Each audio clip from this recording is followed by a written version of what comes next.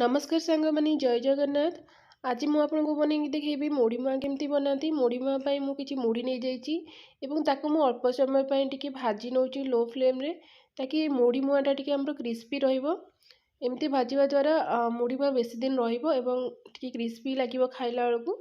एबे मुढ़ी मुढ़ी को मु भाजी नेली ताको साइड रखीदे। तापर जो गिना मु गुड़ नहीं गोटे गिना से तीन गुणा मु मुढ़ी नहीं तार मापटा आप जानी था। मुझे 2 चामच पानी दे दूची गुड़े ताकि गुड़टा मेल्ट हाँपाई टे जल्दी हो देखु ताको मुझे चल दूची। गुड़ जिते एमती कंसिस्टेंस को पलि आसो से आम गोटे गिनारे टिके पानी नहीं ताको देखा से जो जेली फॉर्म रे पलि आसुव सेटा हूँ परफेक्ट टाइम। तापर आम गैस को बंद कर देकी से मुढ़ी मिसेदबा। जिते शीघ्र पारे ताको जल्दी जल्दी गुड़ सहित मिसे ने गोले ने जी आम गुड़ नवा तार 3 गुणा सब मुढ़ी ने यहाँ ही हूँ तार माप।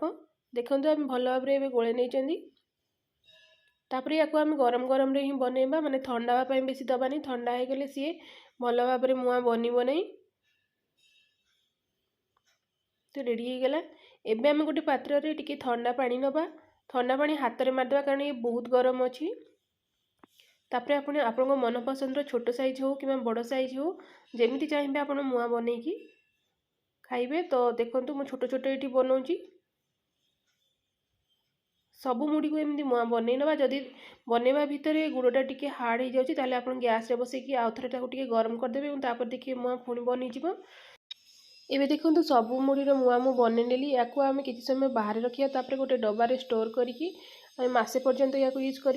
केमती लगे मो वीडियोटी निश्चिंत भाव में जनइबे।